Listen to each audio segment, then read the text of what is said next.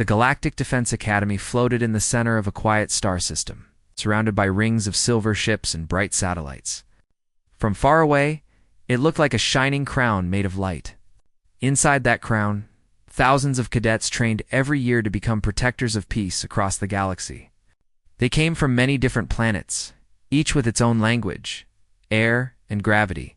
Some came from worlds of soft winds and gentle seas, others from cold moons and dry deserts. The Academy accepted all kinds of students, except those from one kind of world, Deathworlds. They were planets filled with danger. Planets where even the trees could kill, where storms could melt metal, and where life fought to survive every second. To most species, living on such a planet was impossible. The Academy had written a rule long ago, a rule that said no one born on a death world could join. The teachers said it was for safety. The commanders said it was for order. No one ever questioned it. On the first day of the new training season, hundreds of young cadets filled the main hall. It was a wide chamber with glowing floors and long blue banners hanging from the walls. The banners carried the emblem of the Academy, a golden star with 12 smaller stars around it. Each small star stood for one world that had joined the Defense Alliance. At the center of the stage stood Commander Raoul, the officer in charge of new recruits. He was tall, with silver skin that shimmered under the light. His eyes were dark and sharp, like polished glass. He stood in silence for a moment before speaking. "Cadets," he said, his voice calm but strong. "You stand in the most respected academy in the galaxy. Here you will learn discipline, courage, and unity. But remember this: the Academy has rules, and rules are not to be questioned." The hall went quiet. Raoul's voice echoed against the metal walls. "One rule stands above all," he continued. "No cadet shall come from a death world. Such worlds breed chaos and destruction. Their ways are not for our kind of order. If any of you are from such a place, you must report it now. You will be sent back to your world with honor." A soft murmur passed through the crowd. Some cadets whispered to each other. A few looked around, wondering if anyone would dare to speak. Most expected silence, just like every year before. Then a voice came from the back. "I am from a death world." The hall froze. Even the air felt still. Commander Raoul lifted his head slowly, his eyes scanning the rows of cadets until they stopped at the back corner. A young girl stood there, her hand raised. She wore the same gray uniform as the others. But something about her was different. Her stance was straight, her face calm, her eyes steady. She was not afraid of the hundreds of eyes staring at her. Raoul's voice turned serious. "Cadet, repeat what you said." "I said I am from a death world," she replied. "From a planet called Earth?" The silence grew heavier. Some cadets gasped. Others started whispering again. One alien cadet with blue skin whispered to his friend, "Earth. I have heard that name. It is one of the oldest death worlds." Commander Raoul frowned. "Your name?" "Cadet." "Mira," she said. "Cadet Myra." Raoul looked at the list in his datapad. Her name was there, her records clear, her scores excellent. Nothing in her file showed any connection to a banned world. "You are aware," he said slowly, "that your world is listed under the Death World classification.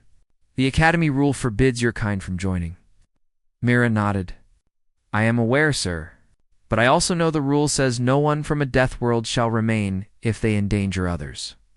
"I have passed all your tests without endangering anyone." Raoul paused. The room stayed silent. No one had ever spoken to him like that. She had not broken the rule yet, but she had challenged its meaning.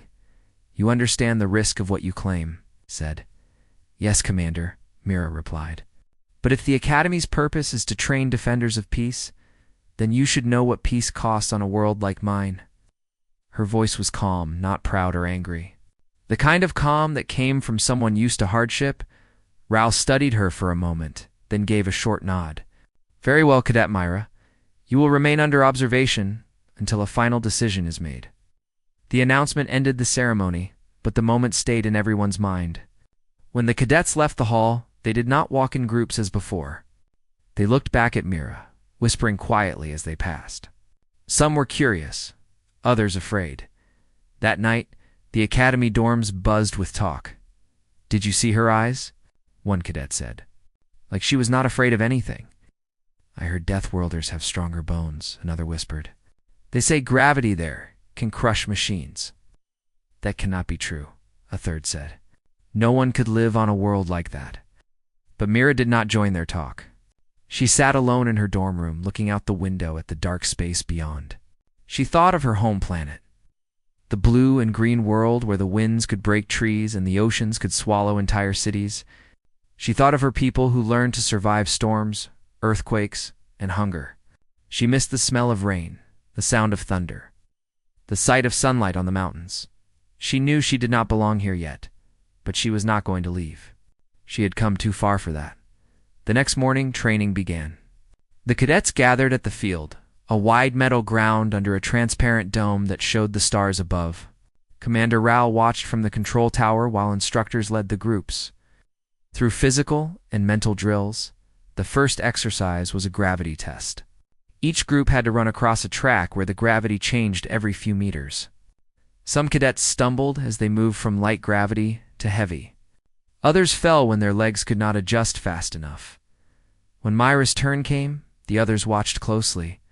The instructor set the gravity to its highest level. "This will show us who trained hard," he said. Mira took a deep breath and stepped forward. As soon as she moved, the ground pulled at her legs, making each step heavy. But her face showed no struggle. She kept a steady pace, adjusting her breathing and rhythm. When the gravity grew stronger, she leaned forward and used her arms to balance. When it grew lighter, she slowed down to avoid losing control. By the time she reached the finish line, most of the other cadets were still halfway across. The instructor looked at the readings on his screen, then looked at her. "How did you train for this?" he asked. Mira wiped the sweat from her face. "Where I come from, gravity is always heavy," she said simply. The instructor nodded slowly, realizing that her words were not pride, but fact. In the next drills, Myra's calmness stood out again. She handled pressure chambers, reflex tests, and coordination tasks with precision. During team exercises, she moved efficiently, helping others without showing off. Some cadets started to respect her, while others still whispered that she was dangerous.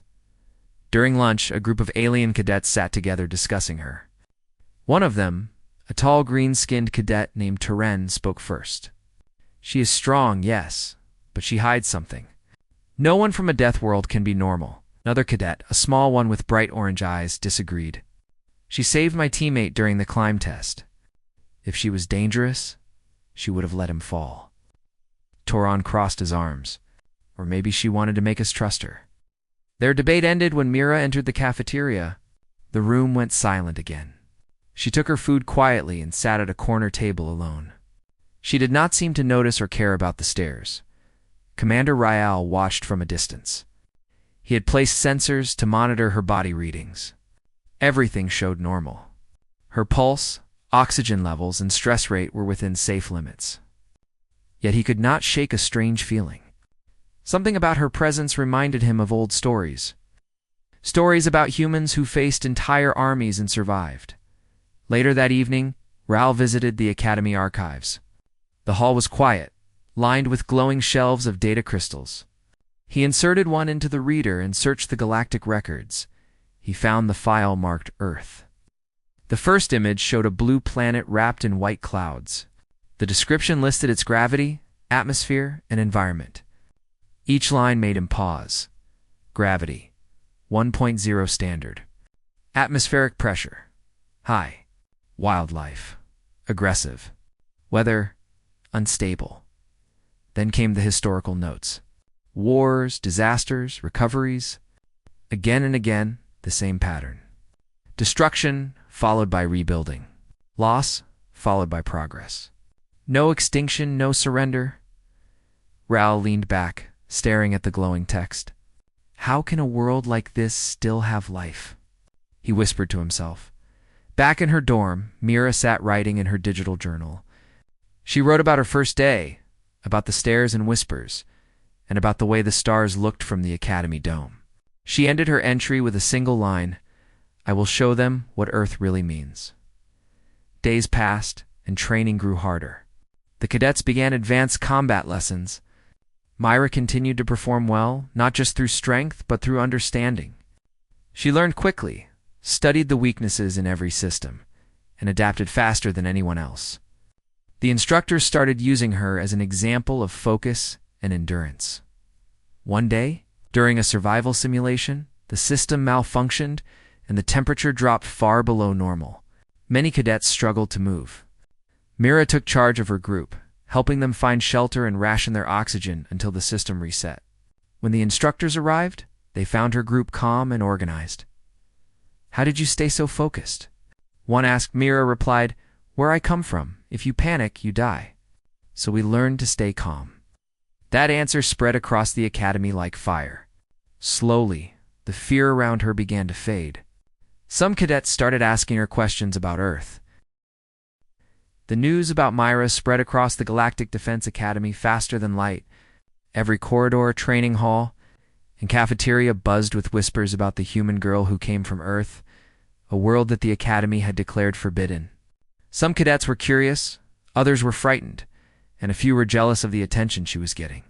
Her presence turned into a story that everyone wanted to tell in their own way. The alien cadets came from dozens of worlds, and each species had its own way of showing fear. Some avoided her completely. Others stared as she passed, as if she were some rare creature that might attack without warning. A few even called her a mistake, saying that the Academy would regret letting a Deathworlder stay. But Mira did not react. She kept her focus on her training. Every morning, she woke before dawn, ran laps around the zero-gravity track, and practiced balance drills while the rest of the cadets were still waking up. She did everything with quiet determination. She never argued, never raised her voice, and never showed anger. That calmness confused many around her. They had imagined Deathworlders as wild and violent. Instead, they saw discipline and control. Her days were full of challenges. The Academy's program was designed to break cadets and rebuild them stronger. It tested their bodies, minds, and teamwork. Many gave up after a few weeks. Mira, however, seemed to grow stronger with each test. When others fell behind, she encouraged them to keep going. When the instructors raised the difficulty, she adapted without complaint. During the second week, a new lesson began. The cadets were sent to the gravity halls, huge chambers that could simulate the force of any planet's pull.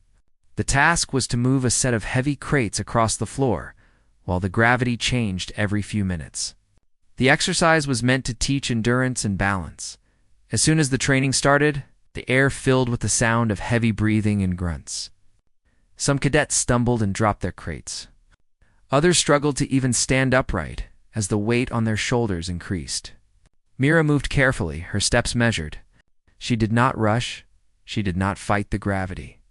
She flowed with it, like water moving around rocks. One of her teammates, a cadet named Laren, lost control of his crate. It slipped from his hands and rolled toward the floor's edge. Mira reacted instantly. She reached out, grabbed the crate, and steadied it before it could crash. Laren looked at her with surprise. "How are you not tired?" he asked, panting. Mira smiled slightly. "You learn to work with what you cannot change. Gravity is just another kind of storm." Her words sounded simple, but they stayed in Laren's mind. Later that day, when the gravity test results were displayed, Myra's name was at the top of the board. The instructors took note. Commander Ral, who had been watching from the control deck, marked her progress with growing interest. That evening, when the cadets returned to their dorms, the gossip continued. Some said Mira had enhanced muscles. Others said her bones were made of metal. One even claimed she had no fear because Deathworlders were born without it. In the cafeteria, Mira sat alone again. She had just begun eating when someone placed a tray next to hers. She looked up and saw a tall cadet with pale orange skin and wide golden eyes. He was from a planet called Vora, known for its scholars. His name was Tovin. "Do you mind if I sit here?" he asked. Mira shook her head. "Go ahead." Tovin sat down, hesitating for a moment before speaking. "You're from Earth, right?" "Yes," Mira said. He leaned closer. Is it true what they say? That your planet kills anything weak? Mira looked at him for a second, thinking, "My planet does not kill," she said. "It tests everything that lives. The ones who learn to adapt survive. The ones who refuse to change do not." Tovin nodded slowly. "That sounds frightening." "It is," she said, "but it teaches you to value life more. You learn that strength is not about being the biggest or fastest. It's about never giving up." Her tone was calm, but Tovin could feel the weight of her words. It was not pride. It was experience. For the rest of the meal, they talked quietly about the differences between their worlds. Tovin learned that humans could live in almost any condition: frozen poles, burning deserts, or deep jungles. He was amazed that one species could adapt so much. Over the next few days, more cadets started talking to Mira. They were careful at first, but their curiosity grew stronger than their fear. They wanted to understand her world. She answered their questions simply, without trying to impress anyone. When one asked how humans fought off giant predators, she said, "We build tools. We learn. We never stop trying." When another asked how her people handled disasters, she said, "We help each other. That is how we stay alive." Combat class, Myra's abilities continued to surprise the instructors. She was not the strongest or fastest, but her timing was perfect. She moved with precision, turning her opponent's strength against them. When sparring with Tovin, she showed him how to use balance instead of force.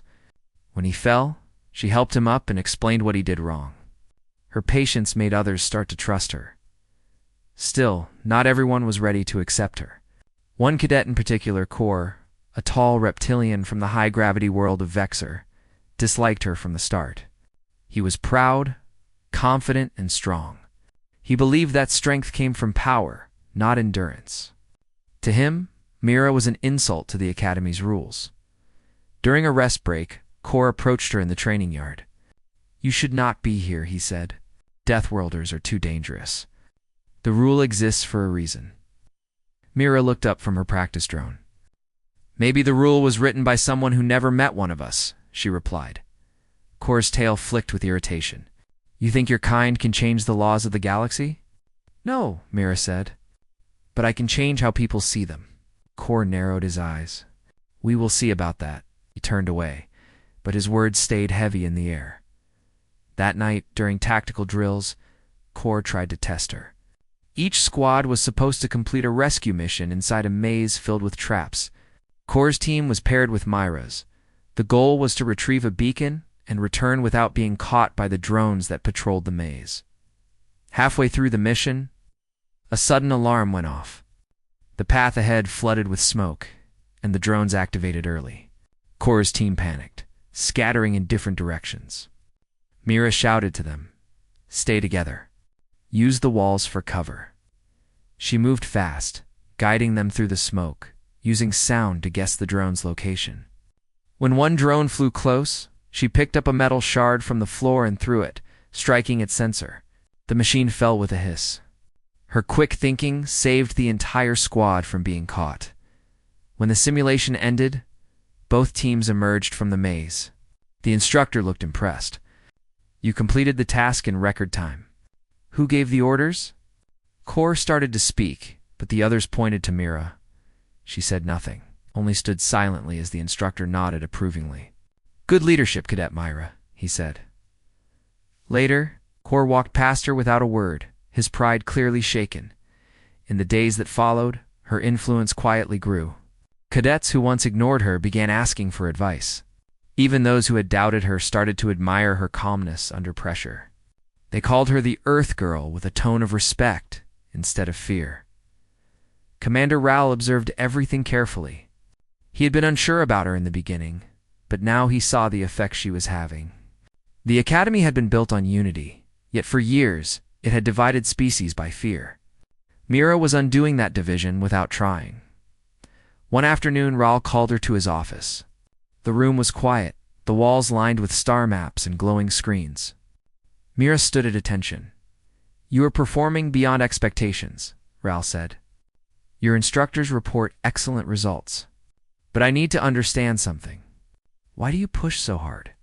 You could have stayed on your planet and lived a simple life. Mira met his gaze. Because peace does not come from comfort, she said. On Earth we learn that peace is something you fight for, not something you wait for. If the Academy protects peace, then I belong here. Ral stayed silent for a moment. Do you understand what your presence has caused? The other cadets are divided. Some admire you. Others fear you. I do not want them to fear me, Mira said.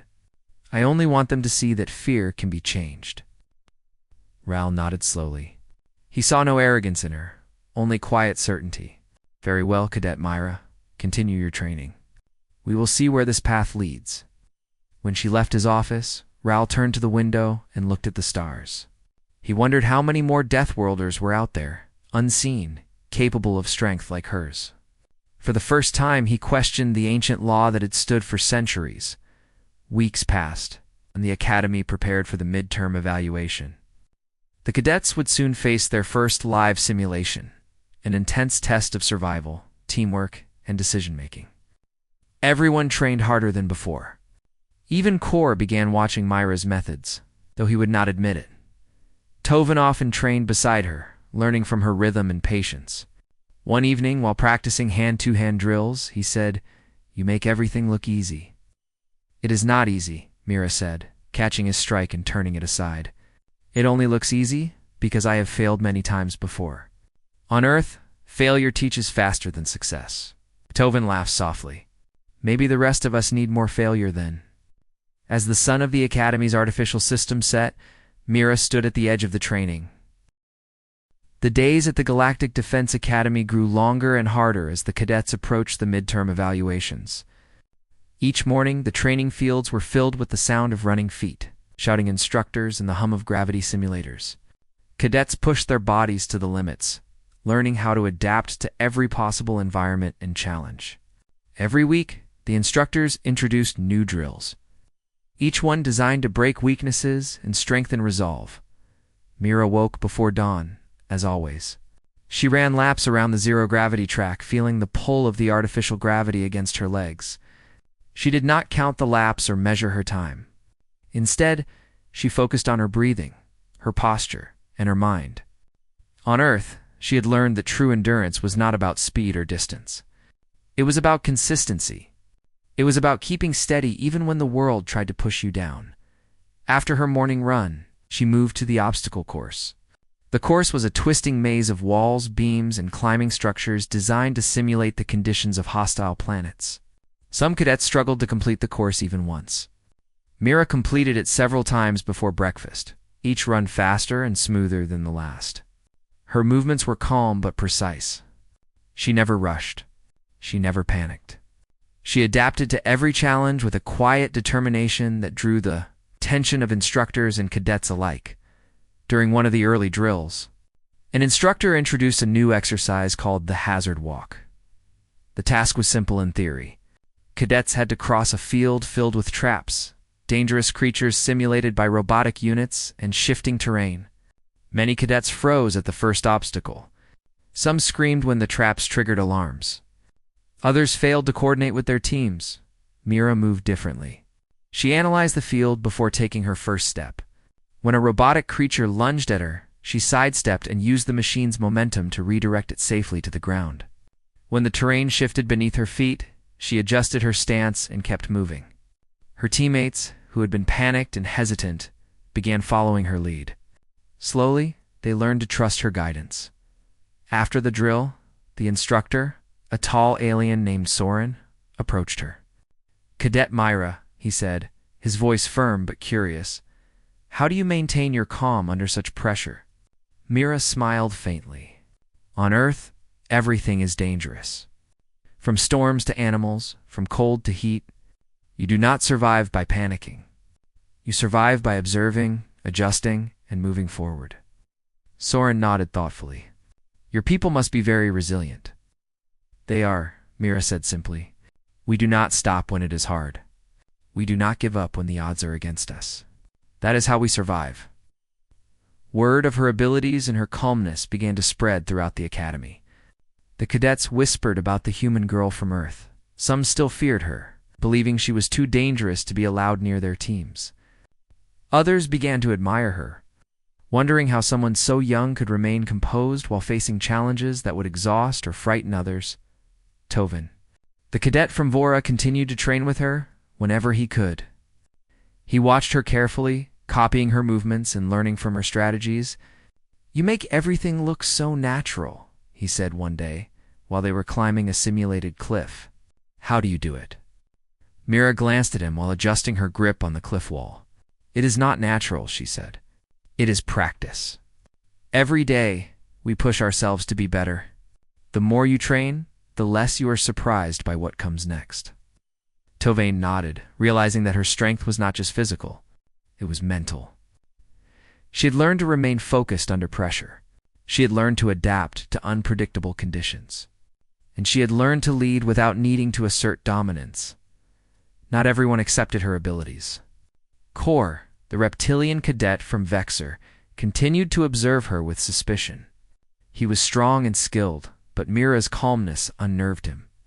During one sparring session, he attempted to overwhelm her with a flurry of strikes. But Mira dodged and countered with precise movements, redirecting his energy. When the match ended, she helped him stand and said, "Your technique is good. Keep practicing your timing." Kor hissed softly, a sound of frustration and begrudging respect. He had expected her to fail. He had expected her to be reckless and vulnerable. Instead, she had shown skill and patience, qualities he had not expected from someone from a Deathworld. The Academy's instructors began to notice her not just for her skills, but for the effect she had on others. During group drills, cadets who had been divided or distrustful started following her lead. They began to rely on her decisions, not because they had to, but because they saw her reasoning and judgment in action. One afternoon, during a teamwork exercise, Mira's squad was assigned to navigate a simulated jungle. The environment was dense, with tall metal trees and thick fog. Sensors emitted random sounds of wild animals, and the terrain shifted to mimic uneven ground. Many cadets struggled immediately, stepping on obstacles and getting lost in the fog. Mira moved carefully, her eyes scanning the environment. She guided her team through the jungle using simple, clear commands. Left 3 steps. Watch your footing. Move slowly. Balance your weight. Follow my steps. Do not rush. Her teammates began to follow her exactly, moving with her rhythm. When one cadet tripped, she extended her hand and helped them up.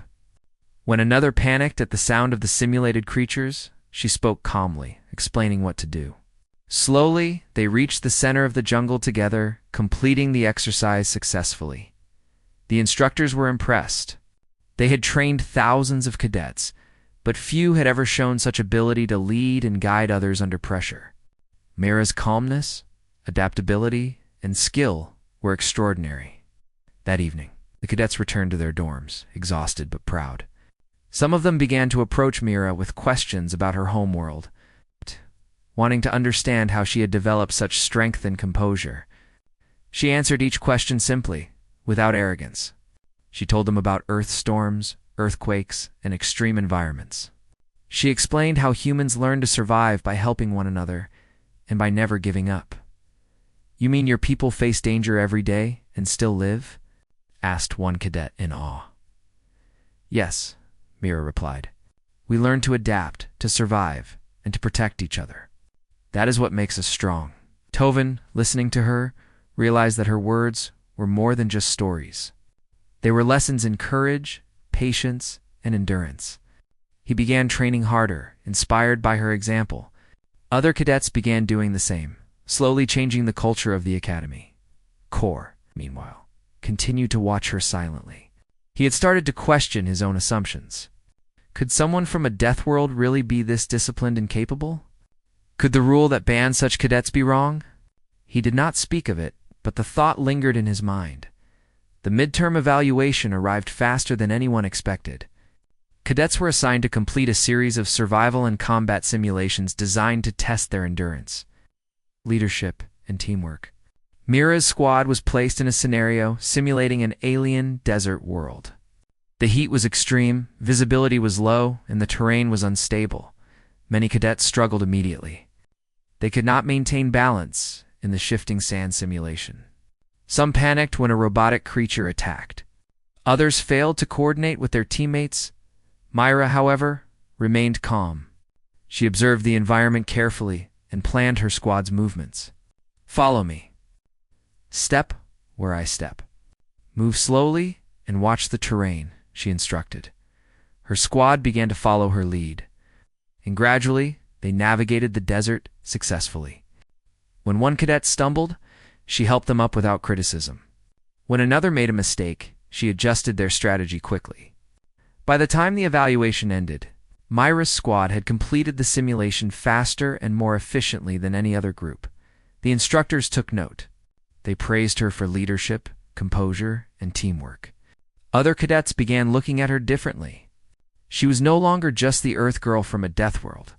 She was a model cadet, someone to learn from, someone to respect. That night, Myra sat on the observation deck looking at the stars beyond the academy. She thought of Earth and the lessons her world had taught her. Strength was not about fighting alone. Strength was about endurance, about helping others, about staying calm in the face of danger. She had applied those lessons here in the academy, and it had changed how others saw her. Tovin approached quietly. "You have changed a lot of people already," he said. Myra nodded. "I hope so. The academy is a place for all worlds. Fear should not decide who belongs here." Tovin smiled. "You make it look easy." "It is not easy," Myra said softly. "It is only possible because I have learned from the hardest lessons. You will understand too with time." No. In the days that followed, Myra's influence continued to grow. Cadets who had once whispered about her fearfully now approached her for advice. Her calmness under pressure, her clear thinking, and her ability to adapt inspired others to push beyond their limits.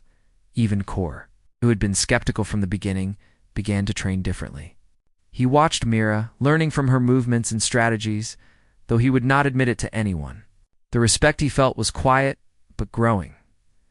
Commander Raoul observed everything from the control tower. He had begun the season with doubts about her. Could a human from a Deathworld truly handle the Academy's training? Now, after weeks of observation, he was beginning to see the truth. Myra was... The day of the Academy's first major combat test arrived, and tension filled the air. Cadets gathered in the central arena, a massive structure designed to simulate real planetary battles. The arena was a wide-open space with high walls, tunnels, and artificial terrain that could shift during the simulation. Simulated drones roamed the ground, programmed to respond to movement and attacks. Every cadet knew this test was different. It would measure not only strength and skill, but judgment, teamwork, and endurance. Myra arrived early, walking through the gates with quiet determination. She observed the arena carefully, noting the uneven ground, the placements of the drones, and the narrow passages. Other cadets were stretching, warming up, and practicing their moves, but Myra focused on her mind as much as her body. She studied the layout and imagined the paths she might take. Her opponent, as fate had arranged, was Kor, the reptilian cadet from Vexor. He was confident, his scales glinting under the artificial sunlight.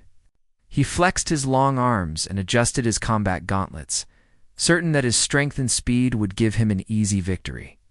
Kor had heard the whispers of respect for Myra, but he refused to believe them. In his mind, no human from a Deathworld could match his abilities. When the instructors announced the start of the simulation, the arena came alive. The ground shifted under the cadets' feet, and the drones began to patrol aggressively. Smoke filled some corridors, lasers flashed across walls, and the temperature changed at random intervals. Every cadet had to think and act fast to survive. Kor charged immediately toward Myra, his movements sharp and powerful. He wanted to overwhelm her before she could adjust, but Myra was ready. She sidestepped with a smooth motion, using his momentum to guide him past her without harm. She did not strike aggressively, but she blocked, dodged, and redirected his energy. Each of Kor's attacks was met with careful control, never wasted, never rushed. The cadets around them watched in awe. Kor had always been considered one of the Academy's top fighters, Yet he was struggling against a human girl who had been underestimated by everyone, including him. Mira's strategy was simple, but effective. She did not fight to destroy. She fought to survive and to teach her opponent how to adjust. Each time Kor overextended himself, she corrected him with a move that allowed him to remain safe while losing ground. By the 5th minute of the match, Kor began to hesitate. He was used to opponents giving up, but Mira did not. She remained calm, analyzing his every move. Waiting for the perfect moment, the arena's drones began to react to the fighters, simulating an actual battle. One drone moved toward Kor, forcing him to defend. Mira used the distraction to guide him into a narrow passage. The environment became part of the fight. Mira adapted faster than Kor, using walls, terrain, and drones to her advantage. She had learned from Earth that the environment could be an ally if understood. When the match ended, Mira had not only survived, she had controlled the fight. Kor stumbled, but remained standing. Mira extended her hand to him. "You fought well," she said simply. Kor looked at her, silent. For the first time, he felt respect, tinged with disbelief. Mira had not humiliated him. She had taught him through action. Slowly, he nodded and turned to leave, his pride intact, but shaken. The crowd of cadets erupted into applause. They had not expected a human from a Deathworld to dominate such a challenging test. They had not expected a cadet to show control, strategy, and leadership at the same time. Whispers turned to cheers, and Mira's reputation spread faster than ever. After the match, Mira's squad returned to the training hall for debriefing. The instructor highlighted her performance, noting not only her skill, but her composure and teamwork.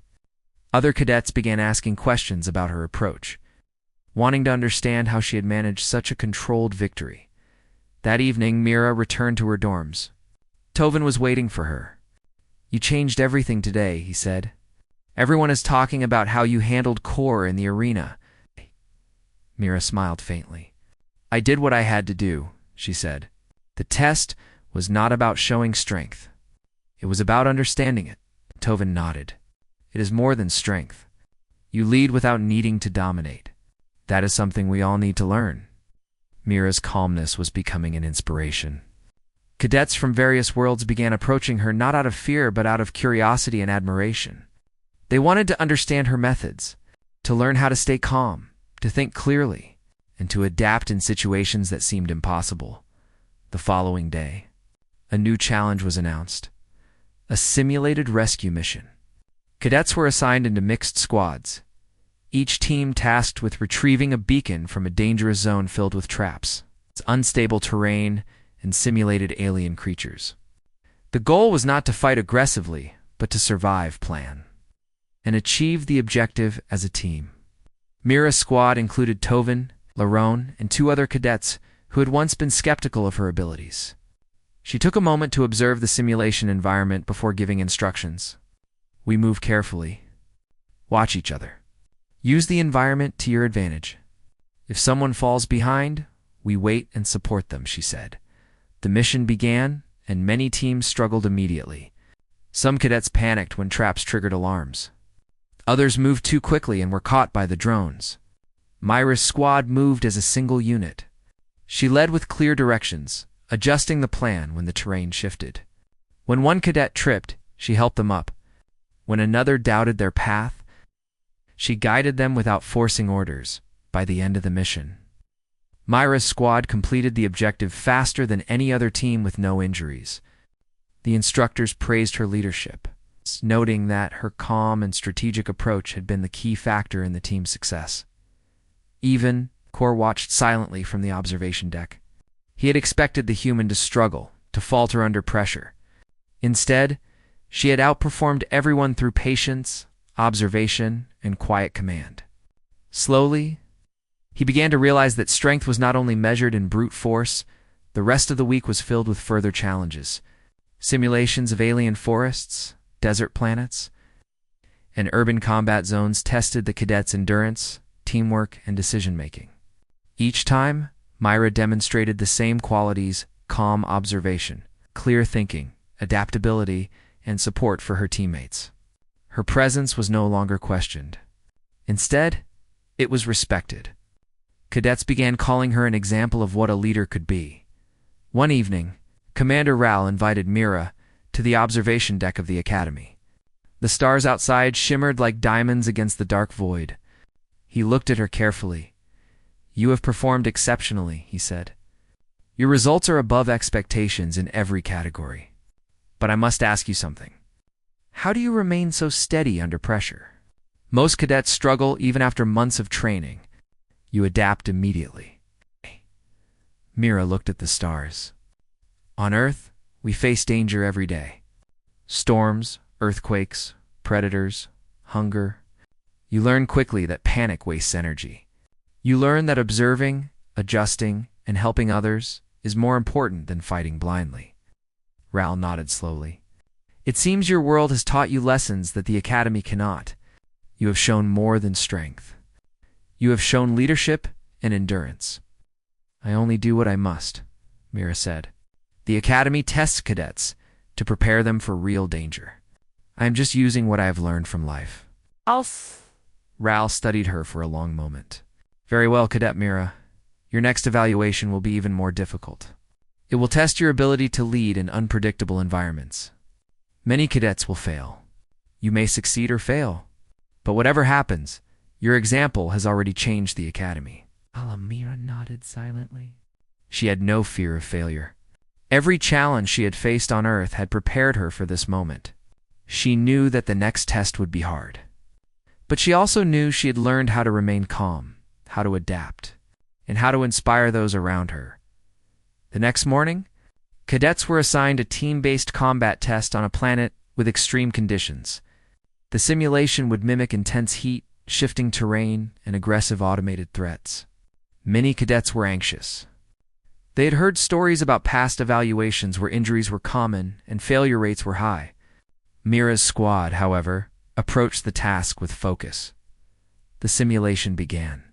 Heat waves swept across the field, forcing cadets to adapt quickly. Drones activated unpredictably, moving fast and attacking with force.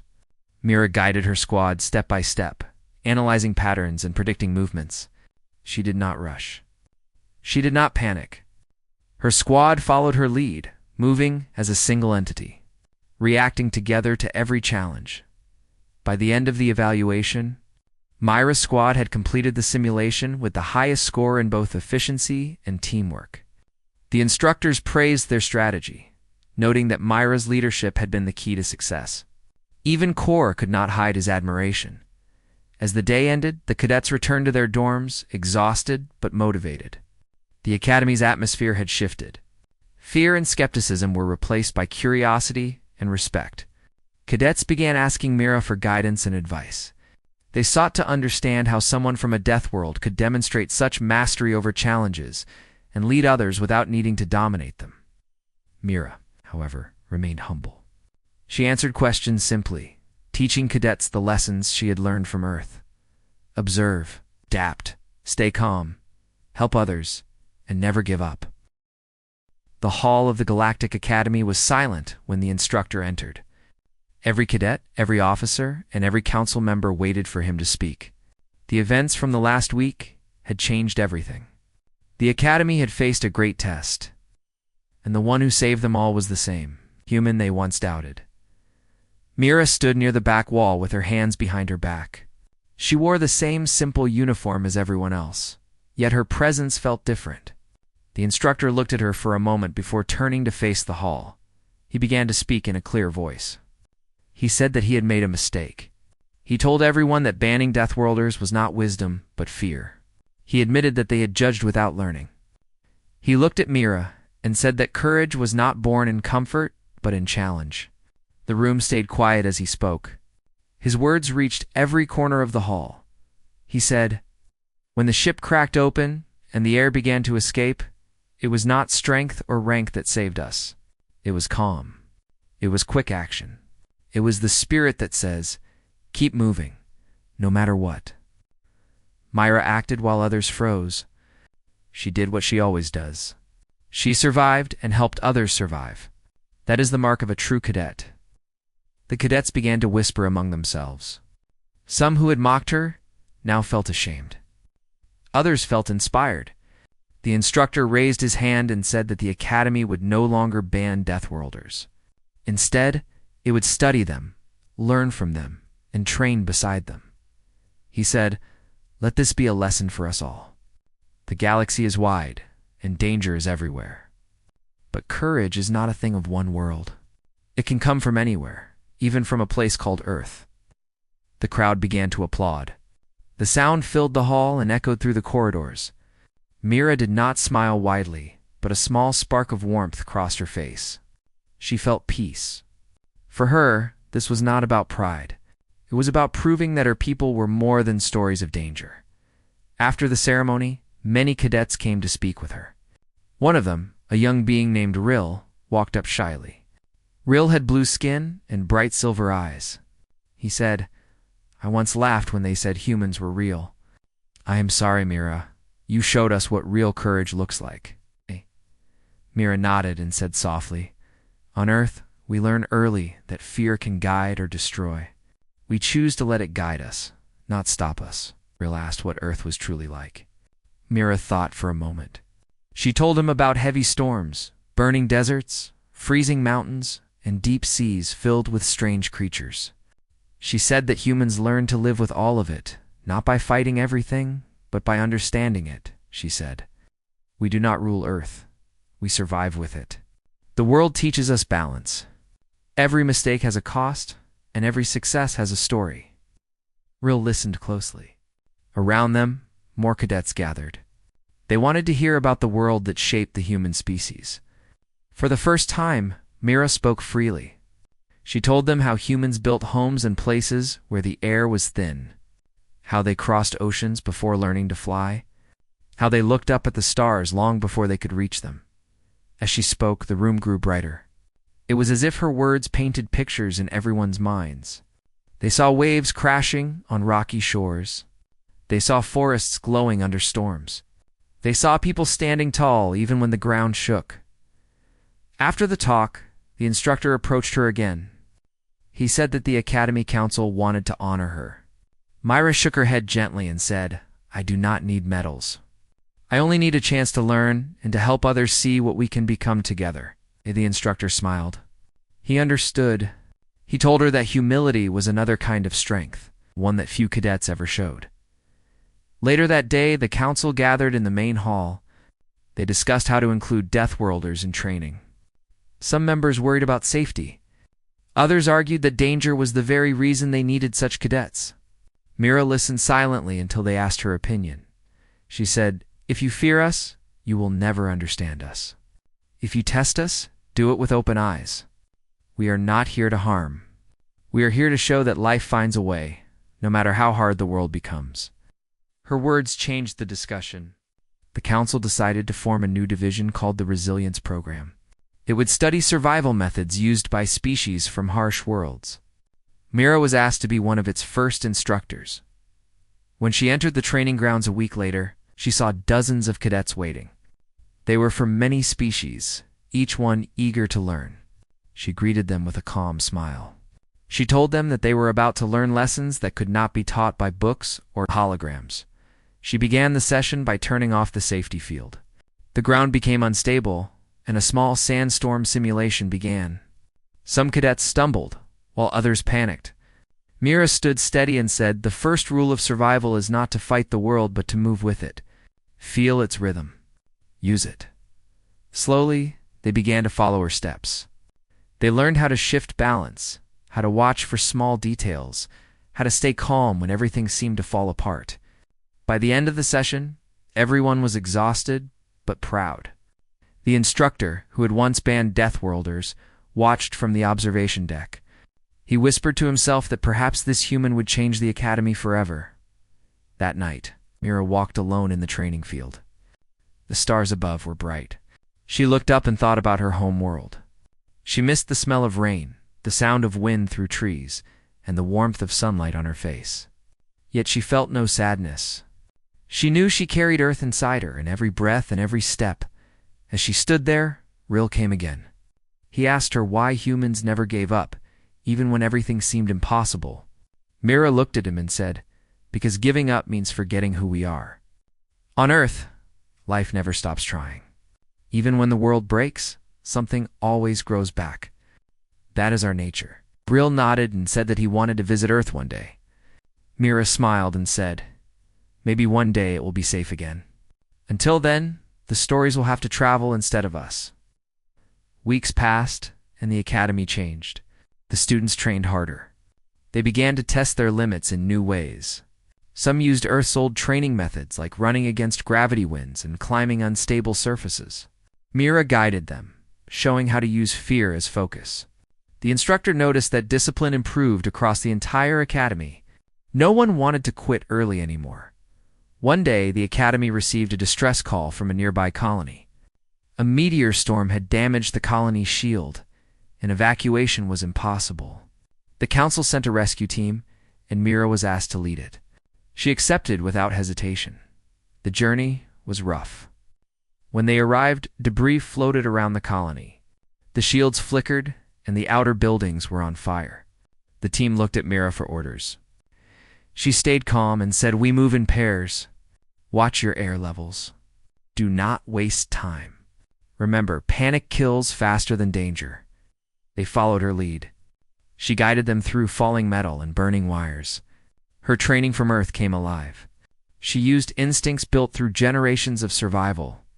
When they reached the control room, the power core was unstable. She directed the engineers to reroute energy manually while she secured the main valve. A sudden explosion shook the room. Mira pushed one of the engineers aside just before a beam fell. She was thrown against the wall, but she got back up. She shouted for the others to keep working.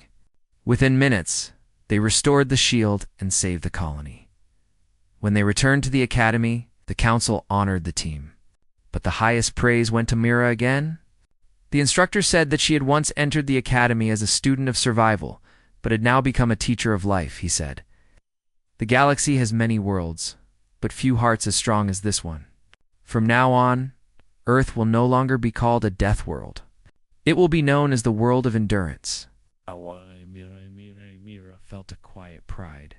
She looked around at her friends and saw that they no longer saw her as different. They saw her as one of them. That evening, she sat by the academy garden.